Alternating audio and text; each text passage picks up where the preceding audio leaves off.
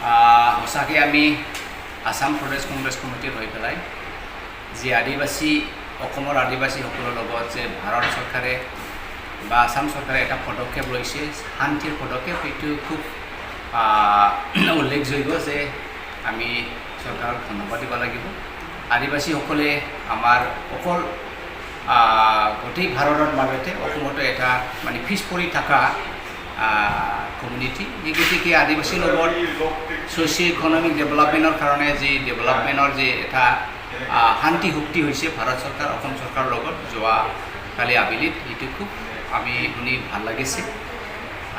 আদিবাসীসকলে শান্তি হওক তেখেতৰ লগত যাতে উন্নতি আৰু ডেভেলপমেণ্টটো হয় সকলোৱে মানৱ জাতিয়ে যিমানেই পিছপৰা নহওক যিমানেই গৰীব নহওক সদায় এটা আকাংক্ষা বা উন্নতিৰ এটা আশা থাকে। সেই অনুসাৰে আদিবাসীসকলৰ লগত যে এই শান্তি চুক্তি স্পেচিয়েলি ইকনমিক ডেভেলপমেণ্টৰ যে শান্তি হৈছে আৰু লগতে উগ্ৰপন্থী হৈ পেলাই থকাটো আমি শুনিও ভাল নালাগে।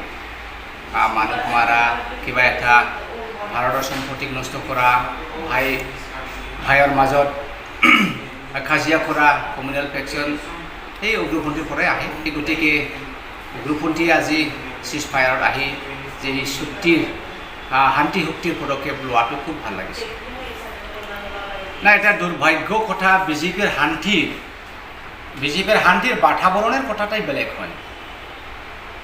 চাওক আজি ৰাহুল গান্ধী ডাঙৰীয়াই কন্যাকুমাৰী টু কাশ্মীৰ যি পদযাত্ৰা যে পদক্ষেপ চলি আছে যি পদযাত্ৰাটো চলি আছে গোটেই মানে একেবাৰে চাউথ ইণ্ডিয়াৰ পৰা যে শান্তিৰ বাতাবৰণ সেইটো সকলোৱে মানে ৱেলকাম কৰিছে। আৰু এইটো ইয়াৰ বিৰুদ্ধে বিজেপি কৈ আছে কিহৰ কাৰণে ভাৰত জোৰো ভাৰত অলৰেডি শান্তি আছে না। বিজেপিৰ শান্তিৰ ফৰ্মুলাটাই খুব মানে দুৰ্ভাগ্য মানে এনেকুৱা যে বিজেপি আজি যোৱাকালি নিউজত মই চাইছে আজি পুৱাৰ নিউজ চাইছে যে শান্তি শান্তি শান্তি শান্তি কিন্তু বিজেপিৰ শান্তি সেইটোৱেই। চাওক এতিয়া বড়োসকলে ইমান বছৰ 50-60 বছৰ আন্দোলন কৰিছিল কোনোবাই এফচি হৈ পেলাই BLT হৈ পেলাই বা NDP হৈ পেলাই বড়োৰ থাৰ্ড একৰ্ড BTR যি একৰ্ড আছে নৰেন্দ্ৰ মোদী ডাঙৰীয়া নিজে কোকৰাঝাৰত আহি এটা ডাঙৰ জনসভাত মানে शांति शांति आज बोडोलैंड में शांति हुआ है, इसीलिए शांति हुआ है कि आज का बाद ये बोडो भूमि में कभी और अशांति नहीं होगा। शांतिर कथा कैसे ক'ত शांति চাওক এতিয়া NDP সকলে আজিও তেখেতসকলে আন্দোলন কৰি আছে যে আমাৰ দাবী দাবাটো পূৰ্ণ হোৱা নাই, আমাৰ দাবী দাবাটো ইমপ্লিমেণ্ট হোৱা নাই। NDP সকলে এতিয়াও জেলত আছে, ৰঞ্জন ডাঙৰীয়া NDP ফাউণ্ডাৰ এতিয়াও জেলত আছে। এইটো কিহৰ কাৰণে শান্তি হ'ল? এই গতিকে আজি বিজেপিৰ যে শান্তিৰ পদক্ষেপ লৈছে আদিবাসীসকলৰ লগত এনেকুৱা এটা মানে সন্দেহ লাগিছে এইটো যেন কাটা আৰু কলমত শেষ নহয়, ব্লেক এণ্ড হোৱাইটত যাতে শেষ নহয়। যেনেকুৱা মানে চুক্তি হৈছে 1000 কোটি টকা পেকেজ এইটো যাতে আখাৰে আখাৰে ৰূপায়ণ হয় মই এইটো আশা কৰিছোঁ। আৰু আদিবাসীসকলে এইটো অলপ সাৱধান হোৱাটো ভাল যে NDPৰ লগত যে চুক্তি স্বাক্ষৰ হৈছে আজি পূৰ্ণ হোৱা নাই। আজিলৈকে NDP সকলে আন্দোলনে কৰি আছে যে চৰকাৰে আমাক ডিপ্ৰাইভ কৰি আছে, যেনেকুৱা কৈছে এইটো কৰা নাই। এতিয়ালৈকে NDPৰ কেছবিলাক এতিয়া পেণ্ডিং হৈ আছে, এতিয়াও জেলত আছে, এতিয়াও পুলিচে হাৰাশাস্তি কৰি আছে। সেই গোটেইবোৰ যদি চোৱা চিতা কৰি এটা একৰ্ড কৰাটো ভাল বুলি মই আদিবাসীসকলক অনুৰোধ কৰিছোঁ। আৰু সজাগ হোৱাটো ভাল।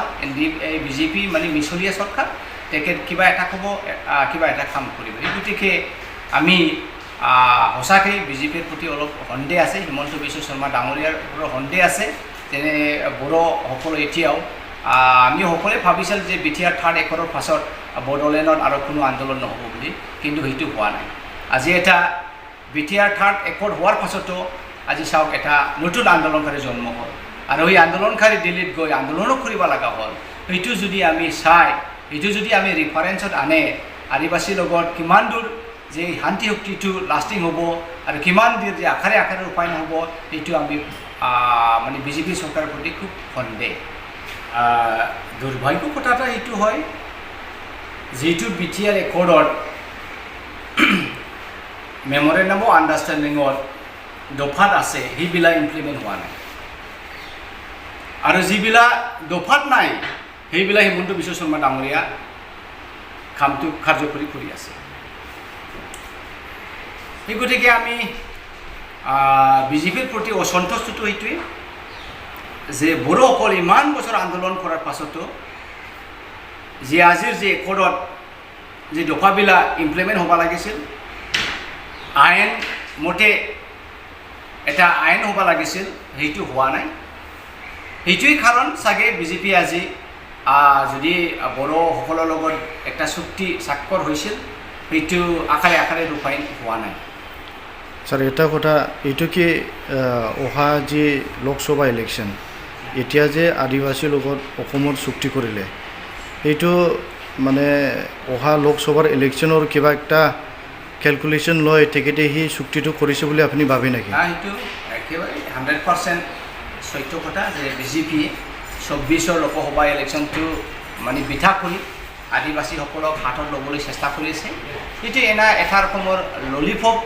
মোক ক'ব পাৰিব আজিৰ দিনত চাওক আজি ৰাহুল গান্ধী যেনেকৈ পদযাত্ৰাৰ যে পদক্ষেপ লৈছে ইয়াত লাখ লাখ মানুহবিলাক কংগ্ৰেছৰ সমৰ্থন দিছে এইটো ভয় কৰি কি কৰিম কি নকৰিম সেইটোৱে এটা পদক্ষেপ হ'ব আৰু লৈ থাকিব এই গতিকে আমাৰ আদিবাসী ভাই ভণ্টিসকলক মই অনুৰোধ কৰিছোঁ আপুনি বিজেপিক ইমান বিশ্বাস কৰাটো ভাল নহয় যিমানে পাৰে ইমানে আপোনাৰ যি দাবীবিলাক আছে যি অধিকাৰ আছে যি প্ৰাপ্যবিলাক আছে সেইটো আদায় কৰি লোৱাটা ভাল নহ'লে বিজেপি যি আজি ডাঙৰ ডাঙৰ কথা শান্তিৰ কথা কৈছে অহাকালি আৰু পাহৰি যাব এই গতিকে আদিবাসীসকলে ইয়াৰ পৰা সাৱধান হোৱাটো ভাল যে বিজেপিয়ে ভাৰত চৰকাৰ অৰ্থাৎ হিমন্ত গভৰ্ণমেণ্টে আদিবাসীৰ ভোটৰ সংখ্যাটো হাতত ল'বলৈ কাৰণে